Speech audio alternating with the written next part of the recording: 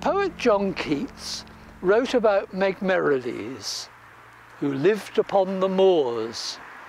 Her bed, it was the brown heath turf, and her house was out of doors. But what was her book? Yes, a churchyard tomb. Churchyards, such as this at Pear Tree Green, and cemeteries, are the guardians of family memories. Through inscriptions and monuments, we, the visitors, can be permitted to know something of the lives of those who rest here. My name is Jeff. I am a Hamble Valley guide and also a Green Badge Southampton tourist guide. For the 400th anniversary of Pear Tree Church, I shall be taking walks around this churchyard to meet the ancestors. By way of introduction, let's have a look at the monument behind me. It dates from 1875 and was described at that time as one of the largest and most elaborate in this part of the country. It is constructed mainly of Portland stone, with panels of Sicilian marble and granite columns. It rises to a height of some 19 feet, and near the pinnacle we see the letter R. R stands for Rosoman, a family well known and respected in these parts, both in business and in public affairs. Their name is remembered in Rosoman Road at Sholing, and also Lone Road. Lone being a family forename that is shown through several generations of the family. Now this memorial is here because it was the wish of Reuben Rosoman, who is named on the panel behind me.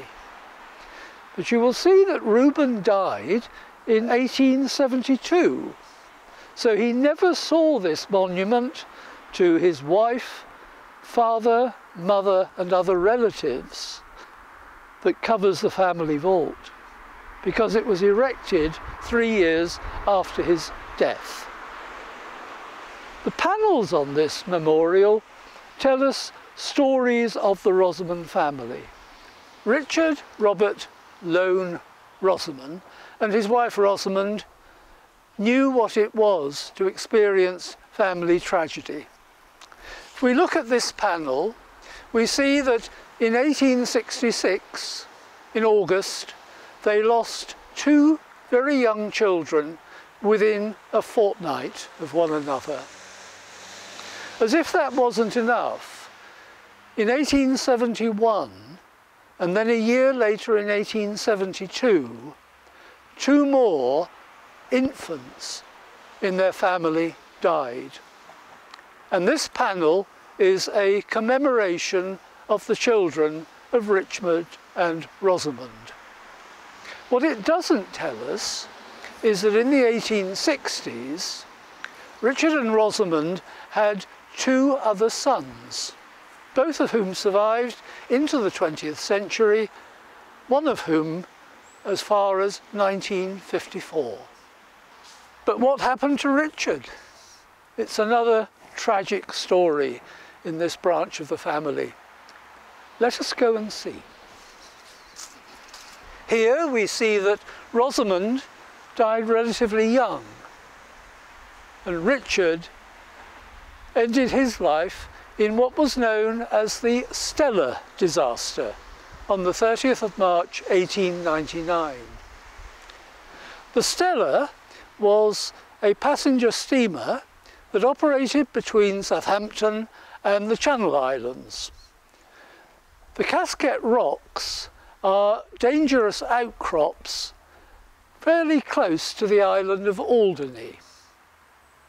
On the 30th of March 1899, Richard was a passenger on the Stella, and The vessel ran into thick fog banks close to the Channel Islands.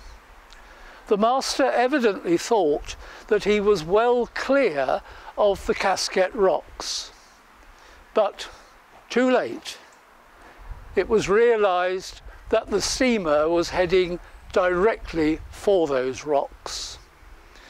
The bottom of the ship was ripped out and the Stella sank within 8 minutes.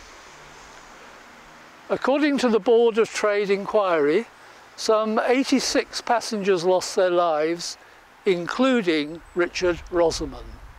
His body was never recovered, so it is not in the family vault beneath this monument.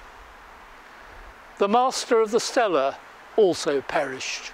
His name was Captain Reeks.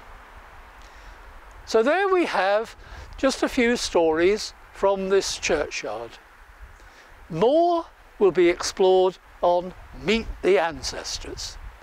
Thank you for watching and listening. Thank you.